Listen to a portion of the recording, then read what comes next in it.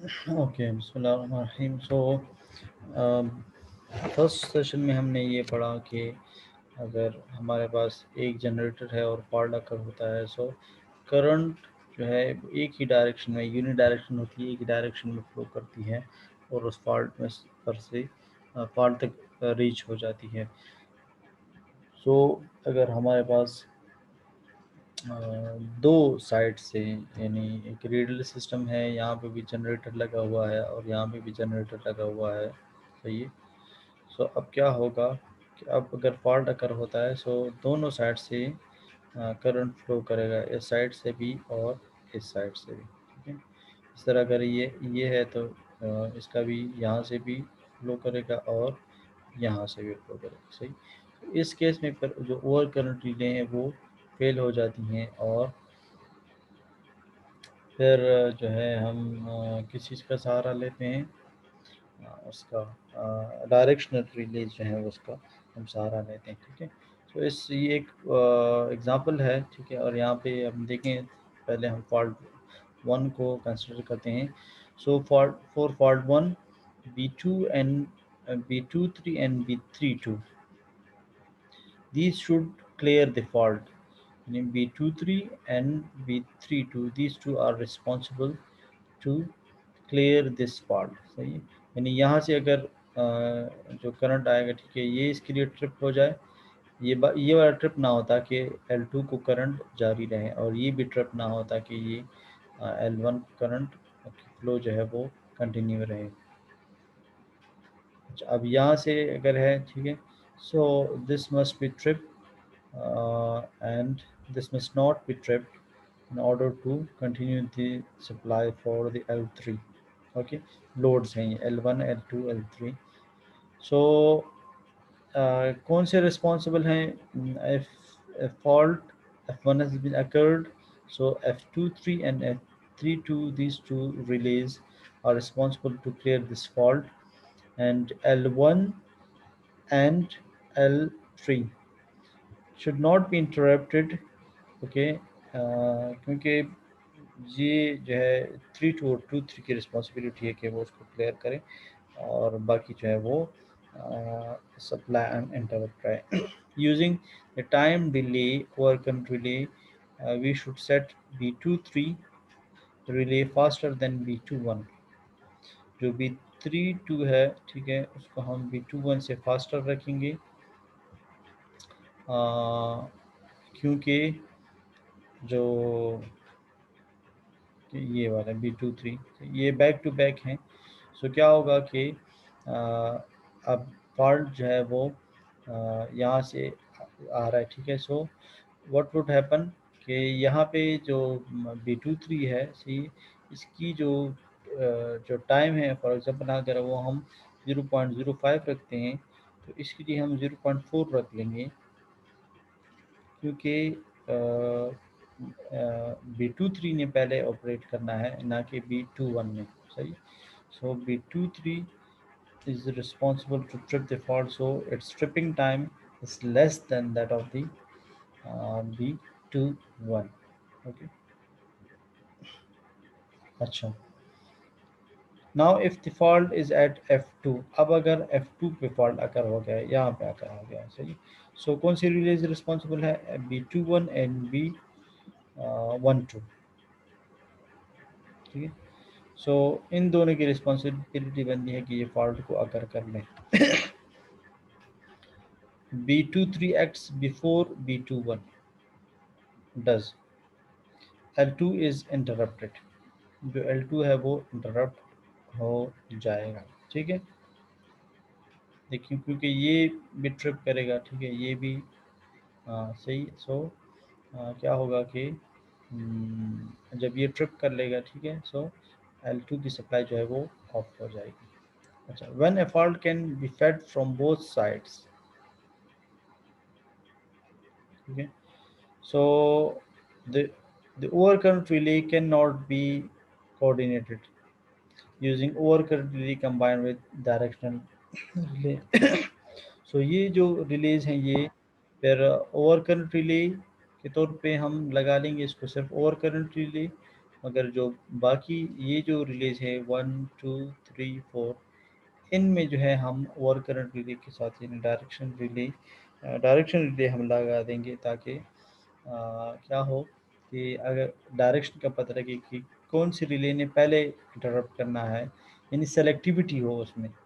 ये ना हो कि एक ने ऑपरेट करना है तो दूसरा उससे पहले ऑपरेट हो जाए, जिससे ज़्यादा से ज़्यादा सप्लाई जो है वो इंटरप्ट हो सकती है। सही। सो सेलेक्टिविटी पर्पज़ के लिए हम डायरेक्शनल रिले लगाएंगे along with over current relay. सही है। तो आगे जाके एग्जांपल आप लोगों को क्लियर हो जाएगा कि ये डायरेक्शन रिले किस तरह काम करता है। ठीक है। So now this is the case for the directional current relay, and we have the case of examples of two faults F1 and F2 one by one। ठीक है। यानी जब F1 अगर हुआ है तो उस वक्त F2 नहीं है, सिर्फ F1 है। हम F1 का केस डिस्कस करेंगे, और फिर जब F2 का केस करेंगे तो हम ये इसको हेल्दी रीजन कंसिडर करेंगे, यहाँ पे कोई फॉल्ट अगर नहीं होगा। सही। तो फिर हम देखेंगे कि यानी कौन सी रिले फॉल्ट वन के केसेस में जो है वो ट्रिप होती हैं, ये सेलेक्टिविटी किस तरह करती हैं। सही। सो दिस दिस देखिए ये रेड जो रिलीज हैं, ये F1 के लिए रिस्पॉन्सिबल हैं कि इसको क्लियर करें ताकि लोड 2, ठीक है, और ये जो है लोड 4 इसको जो है वो सप्लाई, लोड 3 इसको सप्लाई इंटरप्ट ना हो। सही। और यहाँ पे अगर है, ठीक है, तो ये L1 और L3 ये वाले जो है सारे वो हो जाए। ठीक है। So for the scheme is used in situation for the purpose of selectivity. Selectivity हो कि इस फॉल्ट के लिए कौन सी रिले रिस्पॉन्सिबल है और इस फॉल्ट के लिए कौन सा रिले। ठीक है। तो इसको हम सिलेक्शन कहते हैं। For a radial system with source at both ends, ये रेडियल सिस्टम है, रिंग नहीं है। ठीक है। रिंग आपको पता है वो रिंग की शक्ल में होता है, ये रेडियल सिस्टम है। और radial system with single fed भी होता है और डबल फेड भी होता है, तो ये डबल फेड है। सही। बोथ एंड से ये फेड हुआ है। सही। At both ends of the feeder are required along with phase angle information to interrupt the fault current। अच्छा, यहाँ पे ये है कि आप ये सिर्फ करंट, अगर आपने डायरेक्शन को करना है तो सिर्फ करंट की नहीं, बल्कि आप लोगों ने इसके साथ क्या करना है, फेज एंगल की इंफॉर्मेशन भी लेनी है। along with the current, you must have to take the phase angle information for the selectivity purpose। सही। so for R2, ये देखिए R2 है, it is not possible to distinguish whether the fault is in the section of AB और BC। अब यहाँ पे देखिए ये फॉल्ट आकर हुआ है। सही। सो अब ये हमें ये इसको किस तरह वो होगा कि ये इस रीजन में BC के रीजन में है, B और C बस के रीजन में है, या AB के बस के रीजन में है। सही। सो इस पर्पस के लिए अब ये सिलेक्शन है BC को, इस फॉल्ट के लिए BC के रीजन के अंदर जो रिलीज आ रही है इसकी सिलेक्शन होनी चाहिए, या AB के अंदर आ रहे हैं, तो इसलिए ये बार बार सेलेक्टिविटी कोड जो कि पता लगे कि किस रीजन के रिलीज जो है वो प्राइमरीली वो ऑपरेट करें। ठीक है। To obtain selectivity a directional overcurrent relay is required। Directional overcurrent relay, एक आम ओवरकरंट रिले है और एक डायरेक्शनल ओवरकरंट, जिससे डायरेक्शन का भी अंदाजा लगे ताकि selectivity में आसान हो। ठीक है। a directional overcurrent relay is required that uses both magnitude of the current and phase angle information, यानी दोनों का वो लेगा। ठीक है। करंट का भी, ठीक है, और इस चीज़ का फेज एंगल का भी। ठीक है।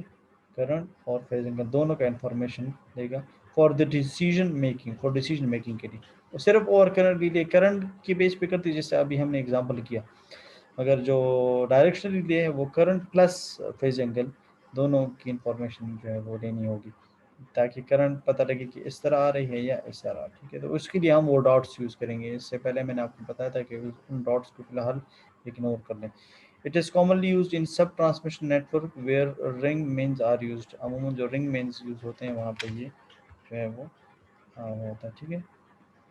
अच्छा, ये जो है यानी डायरेक्शनल रिले है, और इसमें एक और चेंज भी है। सिर्फ ओवर करंट जो रिले है, ठीक है, उसमें हम सीटी लगाते हैं, सिटीज़। मगर डायरेक्शन रिले में सिटीज़ के साथ जो है वीटीबी वोल्टेज ट्रांसफार्मर भी लगाया जाता है, तो दोनों की इंफॉर्मेशन ली जाती है, ठीक है।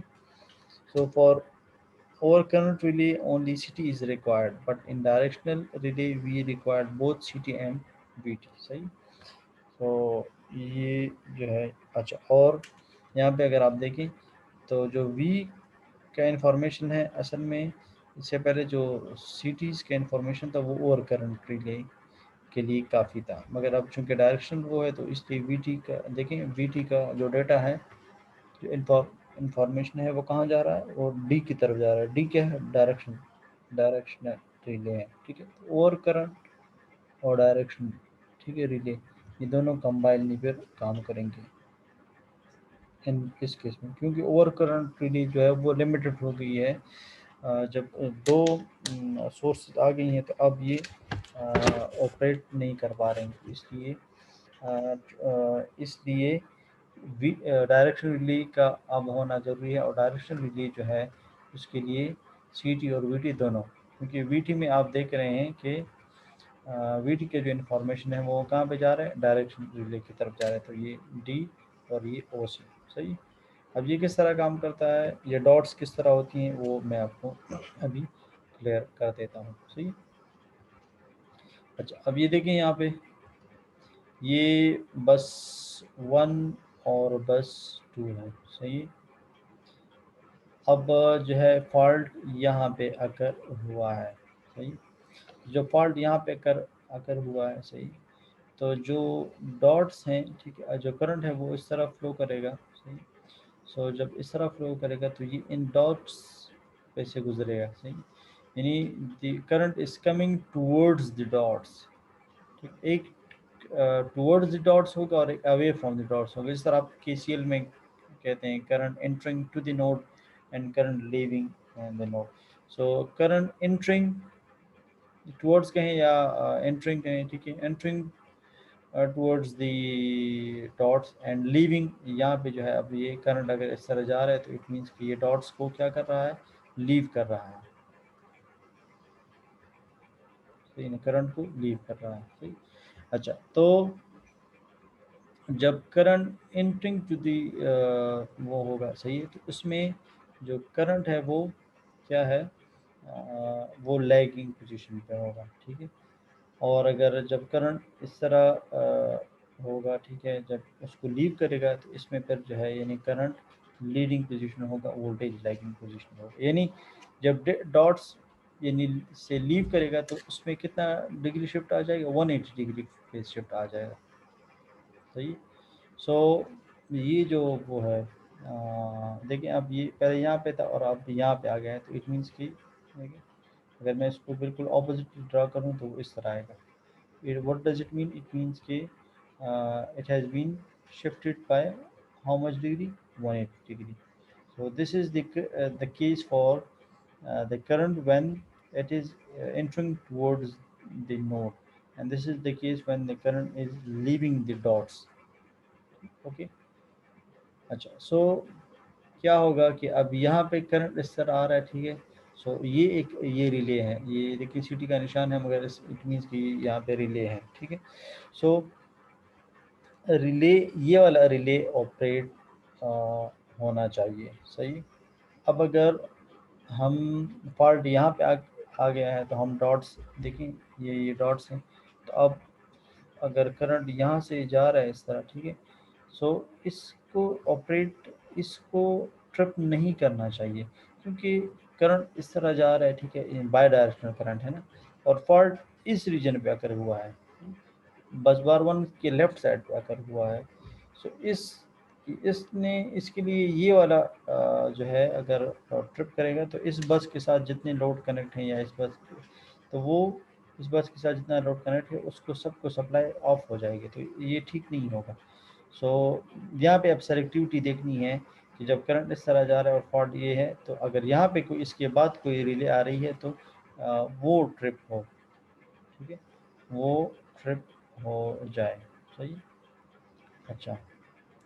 सो और अगर इस तरह है तो खैर इसको तो करना चाहिए ट्रिप, क्योंकि ये इसकी जुरिसडिक्शन में आता है।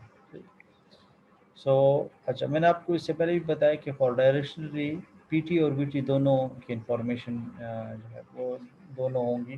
सो जो वीटी होगा वो वी की वैल्यू देगा, और जो आई है वो आई की, जो सी टी है वो आई की वैल्यू दे देते, ठीक है।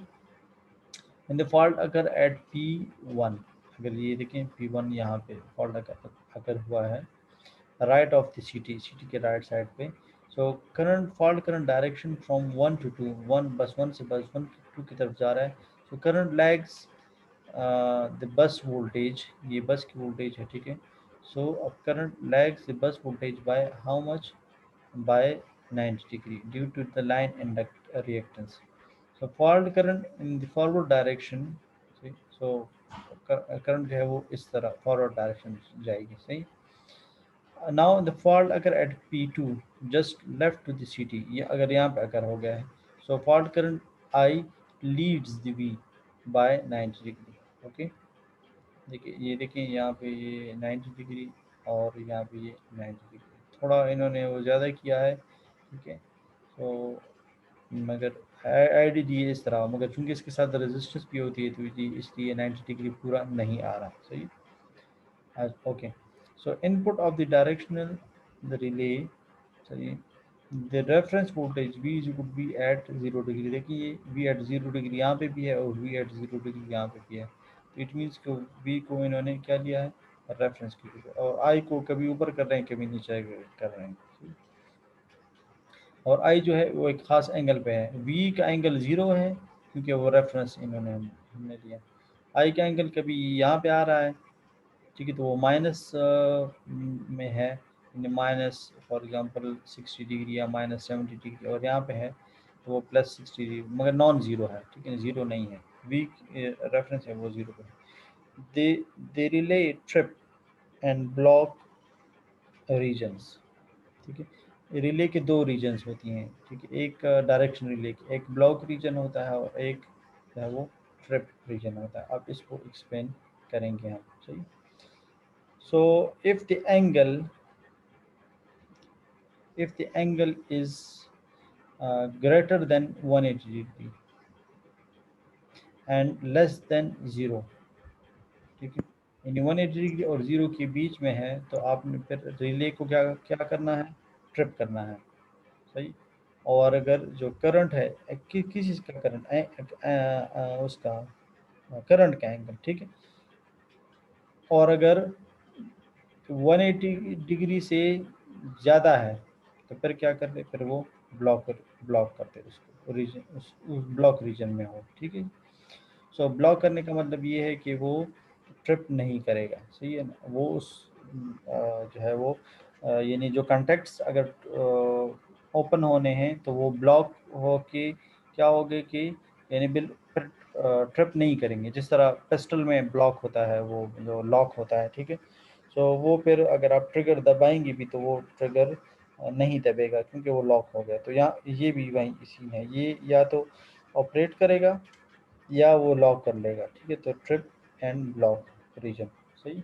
ये देखें यहाँ पे ये एंगल है, अब ये जो एंगल आप देख रहे हैं ये किस रीजन में, ये ट्रिप ट्रिप जो है, ठीक है।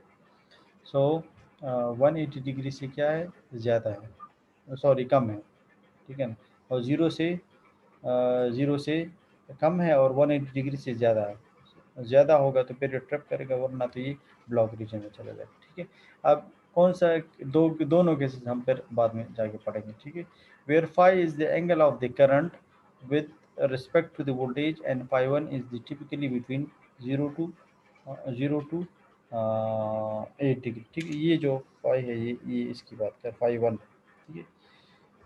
ये जो है अमूमन 2 से 8 डिग्री में होती है, और जो करंट है वो ये वाला एंगल है, ठीक है, ये फाई है। तो इस फाई को इससे माइनस करना होगा, ठीक है। तो 5 - 2 या -3 4 5 8 डिग्री तक ये होता है, ठीक है। अच्छा, अब ये देखें आप, सही। सो टॉर्क, अच्छा, जो इलेक्ट्रोमैग्नेटिक रिले है आपको पता है उसमें टॉर्क प्रोड्यूस होगा, सही।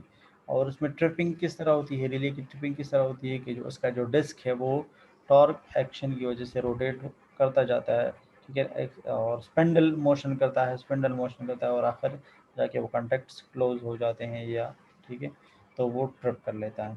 तो इसमें टॉर्क का इफेक्ट है, ठीक है। सो वोल्टेज की वैल्यू वी टी से लेंगे, आई की वैल्यू सी टी से लेंगे, ठीक है। फाइव वन मैंने आपको बताया था 2 से 8 डिग्री तक होता है। और जो फाइव की वैल्यू है वो कहाँ से हम लेते हैं, करंट के से लेते हैं, ठीक है। के कांस्टेंट है। So for a fault in forward direction, अगर इस तरह होगा फॉरवर्ड डायरेक्शन में होगा, ठीक है, और अगर रिवर्स में होगा तो वो फिर इस तरह होगा। So for a fault in forward direction, five one minus five is approximate equal to 90 degree, means phi is less than 0। अच्छा देखिए ना, फाई है, ठीक है, ये 0 से कम है क्योंकि नेगेटिव में है, ये फॉरवर्ड की बात कर रहा है। यानी -30 डिग्री होगा, -60 डिग्री होगा, -40 डिग्री, तो इस तरह, ठीक है। So forward current case the phi is less than 0। Okay. Okay, since the contacts of the directional relay and the overcurrent relay are connected in series, चूँकि अगर आपने यहाँ पे देखिए डी और जो over current relay, directional relay और over current relay दोनों सीरीज में है, ठीक है, तो दोनों का करंट क्या होगा, सेम होगा, सही। So trip coil is energized only when CT secondary current exceeds the overcurrent relay pickup value and in the forward direction, सही। तो करंट अगर फॉरवर्ड डायरेक्शन में होगा, एक कंडीशन ये हो, ठीक है, रिवर्स में होगा तो फिर वो डॉट्स को लीव करेगा, तो वो उस केस में पर नहीं है, ठीक है। जब फॉरवर्ड डायरेक्शन हो एक, और दूसरा कब एनर्जाइज होगा, सिटी का सेकेंडरी कब एनर्जाइज होगा, when the current exceeds the over current relay pickup value. आपको पता है वो पिकअप वैल्यू हमने इससे पहले कल न्यूमेरिकल में पढ़ी थी, ठीक है। सो जो रिले की पिकअप वैल्यू है, यानी जो सेट वैल्यू है उससे एक्सीड करें और एंड फॉरवर्ड डायरेक्शन में हो, तो फिर जो है क्या होगा, वो सिटी एनर्जाइज होगा, और जब सिटी एनर्जाइज होगा आपको पता है फिर वो ट्रिप की तरफ चला जाता है, सही। अच्छा, तो देखिए तब भी देखिए कॉन्टैक्ट्स क्लोज होंगे। अच्छा, for a fault in reverse direction, अगर करंट इस तरह आ रहा है, ठीक है, तो in this case phi is greater than 90 degree. देखिए इस केस में ये वाला केस है, रिवर्स है, तो अब फाई किस चीज़ का एंगल है, करंट का एंगल है। अब इसकी वैल्यू जो है वो 0 से ज़्यादा है, ठीक है। देखिए ये अप्रॉक्सीमेट इक्वल टू कितना है, ये देखिए -90 डिग्री, क्योंकि हम वी माइनस वो करते हैं, वी माइनस आई करते हैं, तो वी का एंगल 0 है, आई का 90 डिग्री है, तो 0 -90 डिग्री -90 डिग्री आएगा। और यहाँ पे ठीक है ना, जो है वो 0 माइनस और फिर अगेन माइनस होगा, दो दफ़ा माइनस होगा, तो इसलिए वो +90 डिग्री आएगा, सही है। अच्छा, टॉर्क मैक्सिमम, ठीक है, और रोटेट बैकवर्ड, और ये ब्लॉक हो जाएगा, सही। तो इस केस में ब्लॉक होगा और इस केस में क्या होगा, ट्रिप होगा, यानी कॉन्टैक्ट्स क्लोज होंगे, सही। अच्छा, ये देखें, ये जो है एक वही एग्जांपल है, ठीक है, जो कि हमने पहले पढ़ा कि दो जनरेटर से ये फीड हो रहा है, सही। और फॉल्ट जो है वो पहले हम यहाँ पे पढ़ेंगे और फिर उसके बाद यहाँ पे पढ़ेंगे। तो अगर फॉल्ट F1 पे अगर हुआ है, ठीक है जी, सो ये जो रिलेज हैं ये रिस्पॉन्सिबल होंगे, और फॉल्ट 2 पे ये दोनों अच्छा, एक और बात कि इसमें जो बैकअप होगा, क्योंकि यहाँ पे तो डॉट्स लगी हुए होते हैं, ठीक है, यहाँ पे डॉट्स इस तरह, ठीक है, डॉट्स जिनका डायरेक्शन रिले है, सही, यहाँ पे भी डॉट्स हैं, और यहाँ पे भी, ठीक है जी। तो जो करंट अगर इस तरह फ्लो करेगा, ठीक है, इन इस फॉल्ट के लिए, सही है, और इसके लिए वो इस तरह फ्लो करेगा, सही है। सो क्या होगा कि अब देखें कुछ के लिए वो लीविंग कर रहा है और कुछ के लिए वो एंटरिंग कर रहे हैं। इस तरह अगर ये ट्रिप नहीं कर पाता, ठीक है ना, सो फिर इसके लिए ये वाला जो रिले होगा ये रिस्पॉन्स बैकअप के तौर पे काम करेगा, इसके लिए ये वाला बैकअप के तौर पे काम करेगा और इसके लिए ये वाला बैकअप के तौर पे काम करेगा। सही, क्योंकि डॉट्स इन दोनों की एक जैसी हैं। ठीक है, सो B12 B21, ये देखें B12 एंड B21 ये वाला, ठीक है। B23 एंड B32 ये डायरेक्शनल रिलेज हैं, जबकि B1 और B3 ये जो आउटसाइड हैं, ठीक है, इसमें फिर डायरेक्शनल रिले लगाने की ज़रूरत नहीं है, क्योंकि हमें पता है कि वो B3 जो है बस ये वाला करंट इससे सिर्फ फ्लो करेगा और जो ये B1 है इससे सिर्फ ये वाला करंट फ्लो करेगा। ठीक है, सो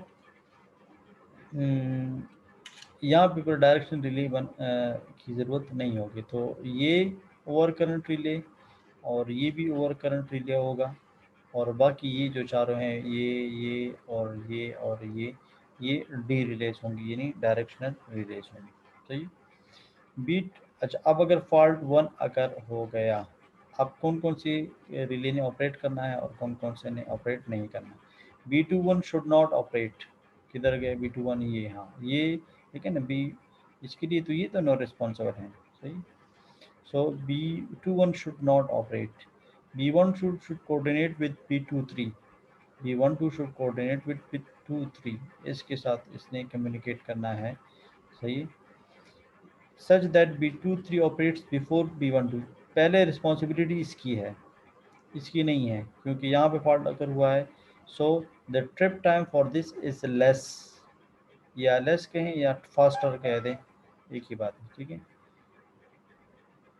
इसका जो ट्रिप टाइम होगा वो लेस होगा as compare to this one. अगर ये फेल होता है तब जाके ये जो है वो ऑपरेट होगा। सही, सो आपने इस चीज़ का ख्याल रखना होगा। सही, इसी तरह B32 should communicate with B3, ठीक है, जो B32 है, सही है, it should communicate with B3, इसके साथ इसने कम्युनिकेशन करनी होगी। सही, और क्योंकि ये इसके बैक पे लगा हुआ है। सही, at fault F2 B23 should not operate, अगर फॉल्ट ये अगर तो ये वाला जो है इसने कम्युनिकेट नहीं करना, इसने जो है ट्रिप नहीं करना। B21 should coordinate with B32, B21 जो है इसने B3 इसके साथ कम्युनिकेशन करनी है, ये इसके बैकअप के तौर पे काम कर सकता है। तो इसका जो फिर यही यहाँ पे जो हमने पढ़ा था, यहाँ पे भी वही है कि इसका जो ट्रिप टाइम है वो कम होगा, यानी ये फास्टर ऑपरेट करेगा एज कम्पेयर टू ये। अगर ये ऑपरेट नहीं कर पाता है तो फिर ये वाला ऑपरेट करेगा। सही, और अगर ये ऑपरेट इसने नहीं किया तो ये इसके बैक पे ये लगा हुआ है, तो B1 के साथ इसने कॉन्टैक्ट कोऑर्डिनेशन करनी होगी, तो ये इसके लिए और इसके लिए ये। ठीक है, ये मैंने यहाँ पे इसका रीज़न लिख दिया है। ठीक है, अच्छा अब हमने ओवर करंट रिले, फिर डायरेक्शनल ओवर करंट रिले, फिर उसके बाद जो है ये line protection with impedance relay, या इम्पेडेंस रिले को आपको पता है डिस्टेंस रिले भी कहते हैं।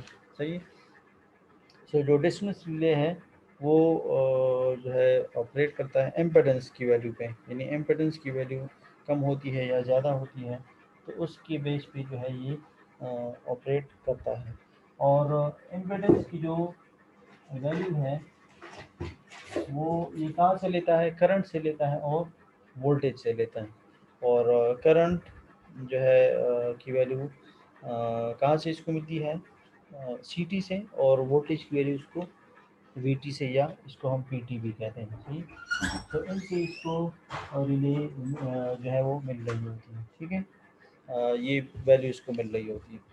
तो डिस्टेंस रिले जो है आपको प्रॉपरली कहाँ पे फॉल्ट रखा हुआ है तो वो डिस्टेंस भी बताता है, और ठीक है, और ये इम्पेडेंस रिले के इम्पेडेंस की बेस पे काम करते हैं, इसलिए इसको हम इम्पेडेंस कहते हैं। ठीक है, तो देखें relay uses voltage to current ratio, तो वोल्टेज टू करंट रेशो का क्या मतलब है, इम्पेडेंस मतलब है ना इसका। ठीक है। सो इम्पेडेंस की बेस पे ये काम करता है।